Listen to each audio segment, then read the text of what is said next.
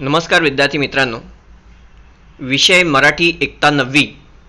मी श्री साठे अमोल पुन्हा एकदा online teaching या संकल्पनेमध्ये तुमचं स्वागत करतो. आज आपण एका नवीन पाठाला सुरुवात करणार आहोत. ऑलिम्पिक वर्तुळांचा गोफ. ऑलिम्पिक सामन्यांची सुरुवात का व कशी झाली, किंवा ते जे 5 चिन्ह आहेत ते एकमेकांमध्ये गुंतून ठेवण्यामागील काय उद्दिष्ट आहे, या अशा अनेक प्रश्नांची उत्तर आपण या पाठातून शोधणार आहोत. या पाठाचे लेखक आहेत बाळ ज पंडित. सर्वात आधी आपण लेखक परिचय अभ्यासूया. ऑलिम्पिक वर्तुळांचा गोफ. लेखक आहेत बाळ ज पंडित. 1929 ते 2015 हा त्यांचा कार्यकाळ. प्रसिद्ध लेखक, क्रिकेट सामन्यांचे समालोचक, पहिले शतक, कुमारांचे खेळ, क्रिकेटमधील नवलकथा इत्यादी त्यांची पुस्तके प्रसिद्ध आहेत. ऑलिम्पिक सामन्यांची सुरुवात का व कशी झाली, हे सामने भरवण्यामागील उद्दिष्टे कोणती, ऑलिम्पिक वर्तुळांचा अर्थ काय, या सर्वांचा आढावा प्रस्तुत पाठातून लेखकांनी घेतला आहे. प्रस्तुत पाठातून जागतिक ऑलिम्पिक क्रीडा स्पर्धांविषयीची माहिती लेखकांनी देण्याचा प्रयत्न केलेला आहे. चला तर मग आपण प्रत्यक्ष पाठाला सुरुवात करूया. मनुष्याच्या सर्वांगीण व्यक्तिमत्व विकासात क्रीडेचे महत्त्व अनन्यसाधारण आहे. सर्व स्तरांवर खेळले जाणारे क्रीडा सामने हे क्रीडा रसिकांचेच नव्हे तर जगातील क्रीडाप्रेमींचे लक्ष वेधून घेणारे असतात. खेळ हा मनुष्याच्या जीवनातला अविभाज्य असा एक घटक आहे. खेळ खेळणे, ते बघणे हा एक वेगळा आनंद आहे. संपूर्ण जगभरातील क्रीडा सामन्यात ऑलिम्पिक क्रीडा सामन्यांना एक मानाचे स्थान आहे.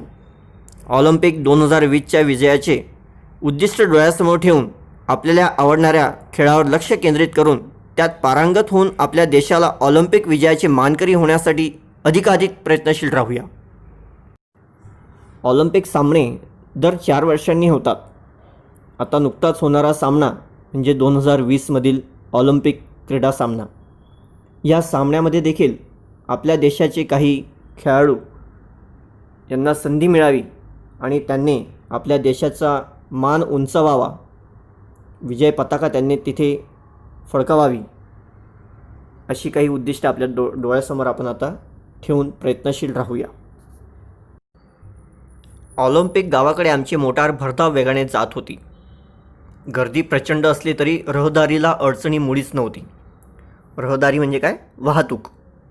ऑलिम्पिक सामने ज्या गावामध्ये होणार होते त्या गावाकडे आमची मोटार म्हणजे आमची गाडी, कार भरधाव वेगाने जात होती.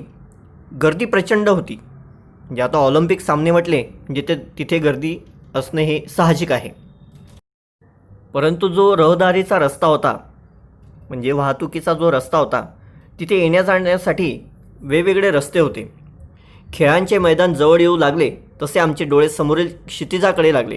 क्षितिज म्हणजे जिथे आकाश धरतीला टेकले आहे असे वाटणारी काल्पनिक रेषा, म्हणजे कुठेतरी आकाश असं टेकलं गेलेलं आहे जमिनीला, असं जिथे भास होतो त्याला क्षितिज म्हणतात.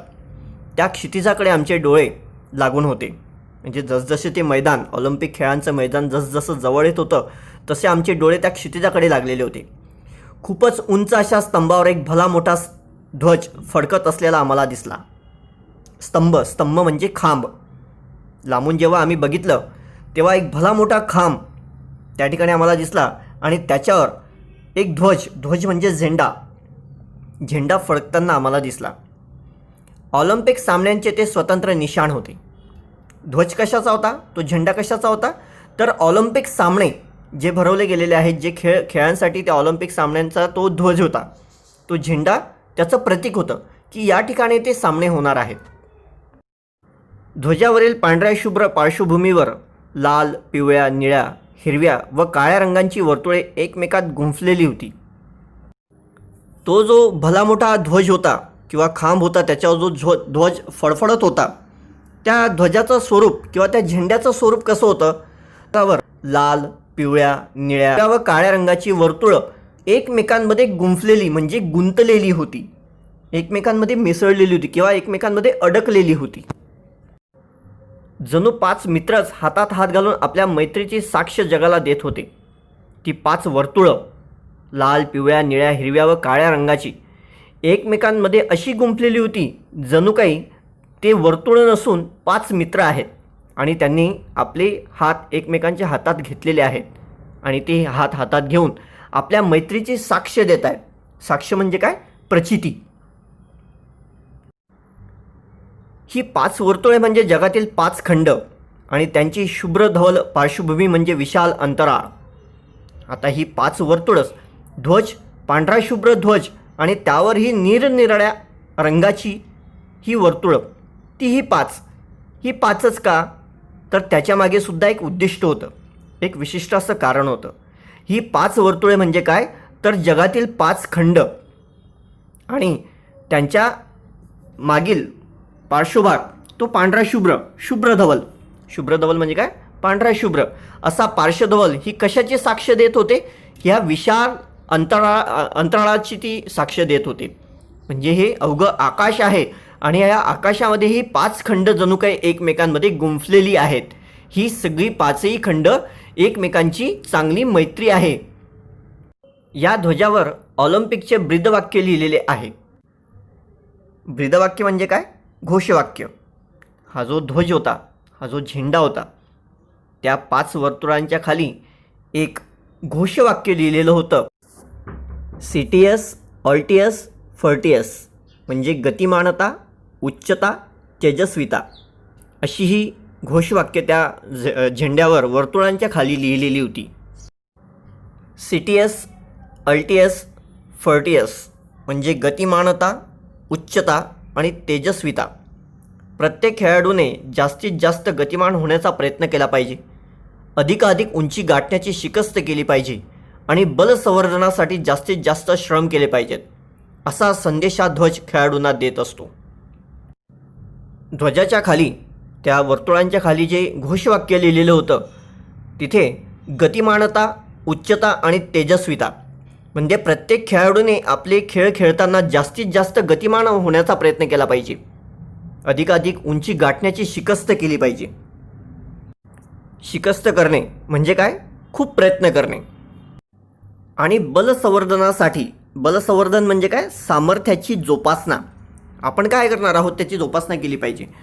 ह्यासाठी असा संदेश कदाचित तो ध्वज खेळाडूंना देत असतो. ह्या ध्वजस्तंभाजवळ एक स्फूर्तिदायक मशाल सतत तेवत असते. स्फूर्तिदायक म्हणजे काय? उत्साह वाढवणारी. ध्वजाच्या बाजूला एका स्तंभाजवळ स्फूर्तिदायक मशाल सतत तेवत असते. तेवत असते म्हणजे काय? प्रज्वलित असणे. ऑलिम्पिक सामने म्हणजे क्रीडापटूंसाठी आणि क्रीडा शौकीनांसाठी एक पर्वणीच असते. पर्वणी म्हणजे काय?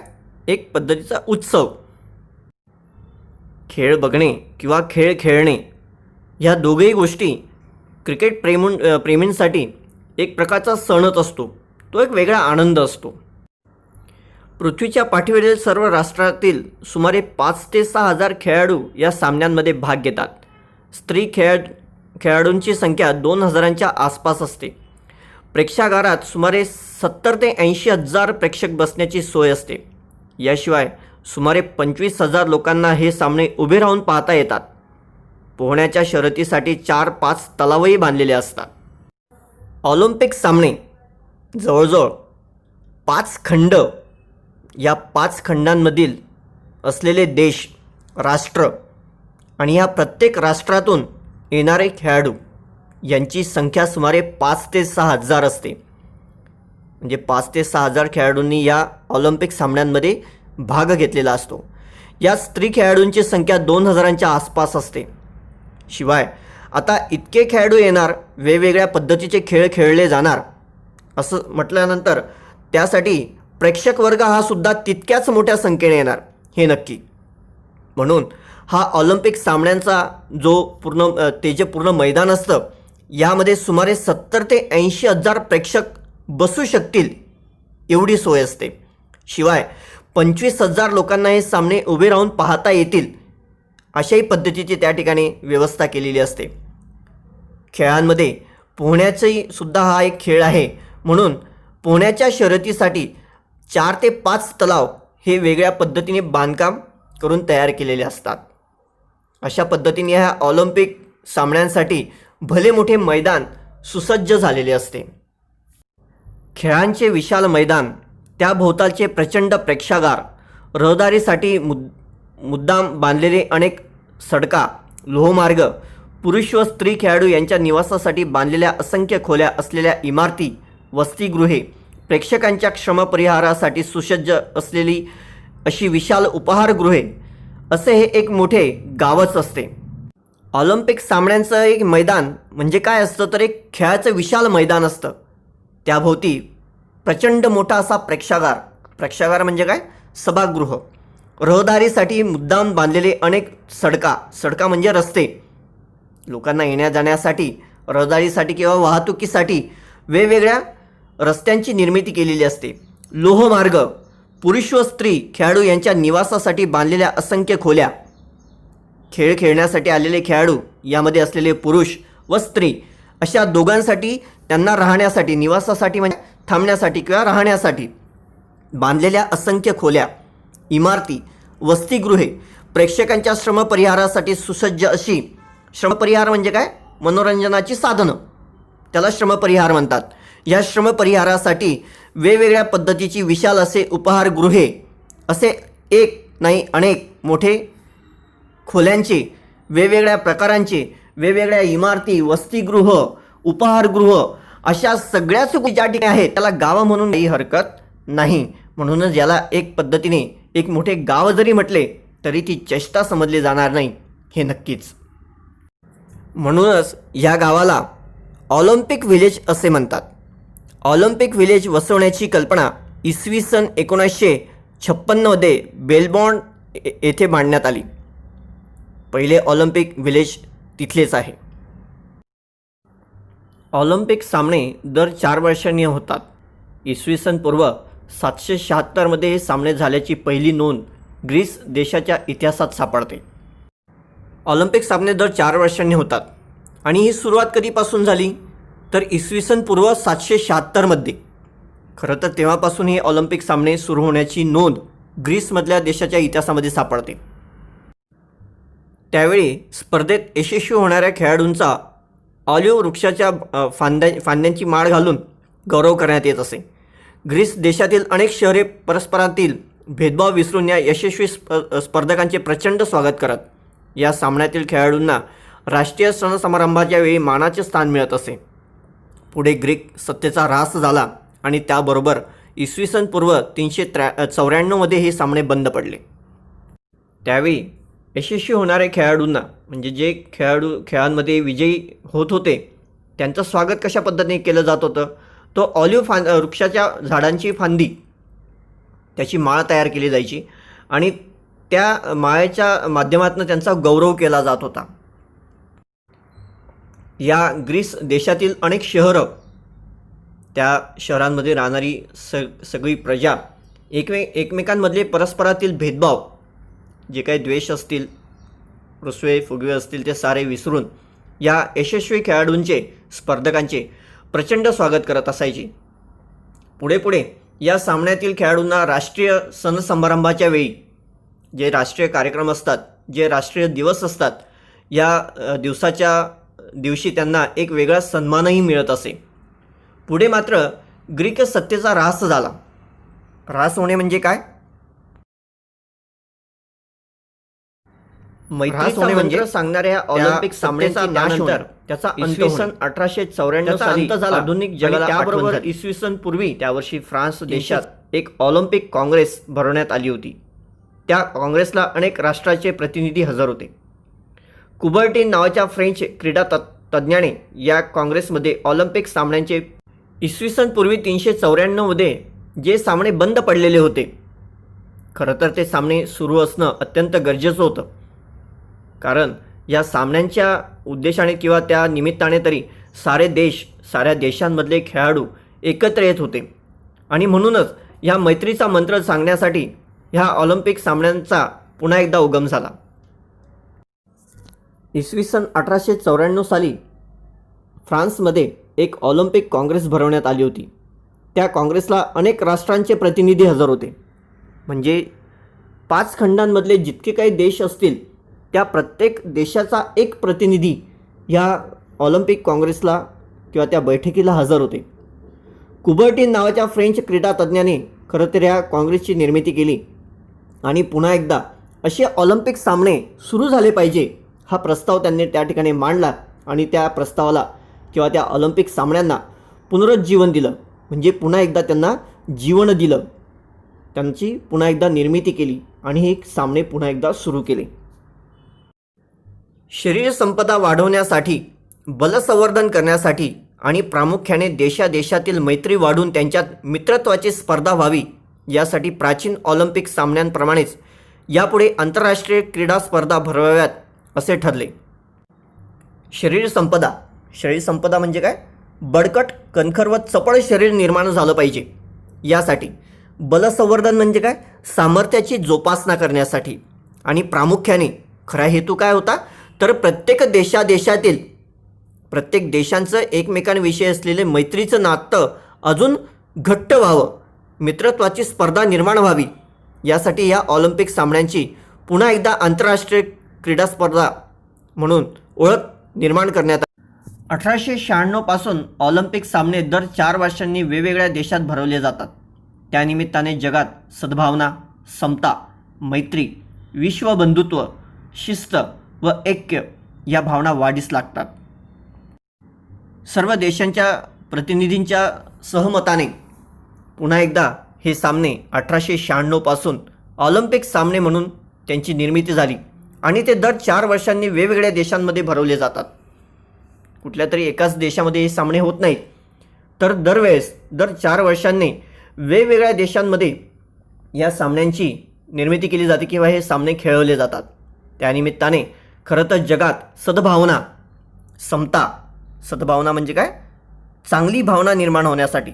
समता म्हणजे समानता, सगळ्यांना समान संधी, मैत्री, विश्वबंधुत्व म्हणजे सारं जग हे एक आहे, त्यांच्यात बंधुभाव निर्माण झालेला आहे हे दर्शवण्यासाठी. शिस्त आणि ऐक्य म्हणजे काय? एकत्रितपणा, एकता, एकजूट ह्या भावना वाढीस लागल्या पाहिजे ह्या उद्देशाने दर 4 वर्षांनी हे सामने वेगवेगळ्या देशांमध्ये भरवले जातात. या ऑलिम्पिक सामन्यांमध्ये निरनिराळ्या 21 खेळांची तरतूद आहे. पुरुषांसाठी व स्त्रियांसाठी वेगवेगळे सामने होतात. या सामन्यांच्या व्यवस्थेसाठी एक आंतरराष्ट्रीय ऑलिम्पिक समिती नेमलेली असते. एक नाही की 2 नाही, या सामन्यांमध्ये खरं तर 21 खेळांची तरतूद केलेली असते. म्हणजे जवळजवळ त्या या ऑलिम्पिकमध्ये खेळण्यासाठी आपण 21 खेळ खेळू शकतो किंवा 21 खेळांमध्ये भाग घेऊन आपण या ऑलिम्पिकच्या सामन्यांमध्ये भाग घेऊ शकतो अशी तरतूद केलेली असते. यात स्त्रियांसाठी आणि पुरुषांसाठी प्रतिनिधी किंवा 1 ते 3 प्रतिनिधी या समितीमध्ये असतात आणि ते या समितीमध्ये कुठला खेळाडू या स्पर्धेमध्ये भाग घेऊ शकतो, कोण उत्कृष्ट किंवा पारंगत आहे याची ओळख करून ते समिती त्यांना नेमते आणि त्यांचा समावेश या खेळांमध्ये करून घेत असते. या समितीमध्ये खेळांची व्यवस्था त्या खेळाच्या आंतरराष्ट्रीय संघाकडे असते. ऑलिम्पिक सामन्यांसाठी लागणारा खर्च फारच मोठा असतो. हा सर्व पैसा स्पर्धक देश उभा करतात. 5 खंडांमधील खेळाडू या खेळामध्ये भाग घेत असतात. 5 ते 6 हजार खेळाडू, त्यात 2000 स्त्रिया खेळाडूंची संख्या, शिवाय भले मोठे मैदान, सगळ्यांची राहण्याची खाण्याची सगळी सोय, निवासस्थान, उपहारगृहे, जणू काही ते एक प्रकारचं गावच. हे सारं उभारण्यासाठी पैसा हा भरपूर लागणारच. मग हा सगळा पैसा स्पर्धक देश, ज्या देशाने त्या ऑलिम्पिक खेळांमध्ये भाग घेतलेला आहे, ते प्रत्येक देश आपापल्या परीने या पैशाची निर्मिती करत असतात.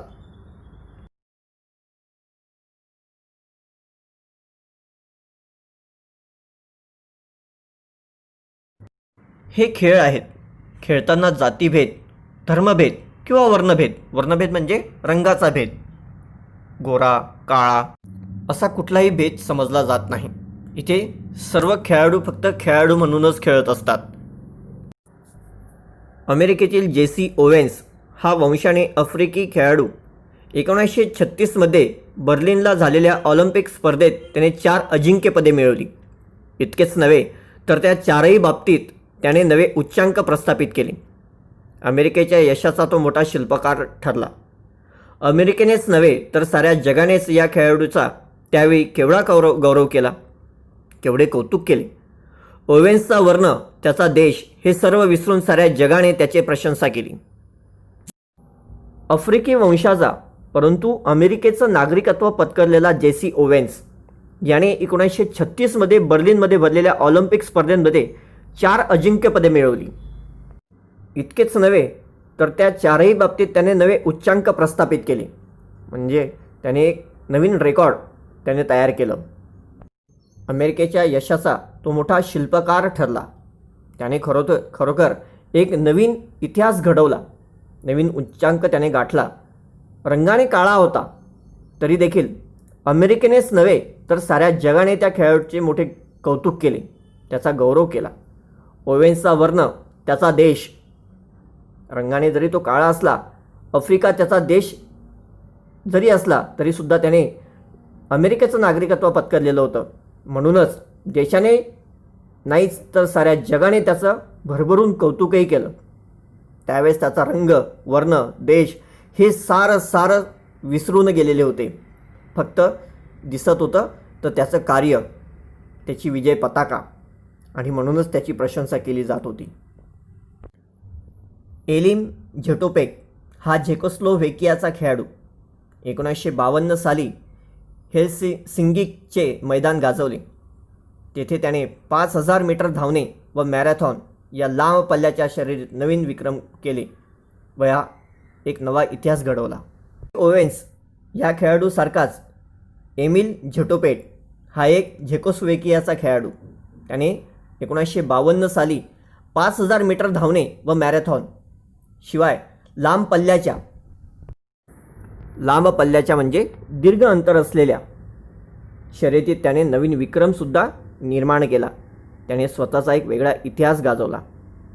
जगातील एक मानवी रेल्वे इंजिन अशी झेटोपेकची नवीन ख्याती मिळवली. ख्याती म्हणजे ओळख. जगातील हा सर्वसाधारण व्यक्ती नाही तर रेल्वेच्या वेगाने धावणारा हा मानवी रेल्वे इंजिनच आहे, अशी त्याची एक वेगळी ओळख त्याने जगासमोर निर्माण केली.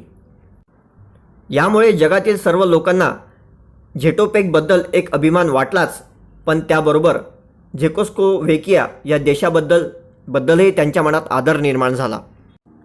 देश जरी छोटा असला तरीसुद्धा तिथे राहणारी माणसं, त्यातनं निर्माण होणारे खेळाडू हे खरोखर अभिमानास पात्र आहेत याची ओळख लोकांना झाली.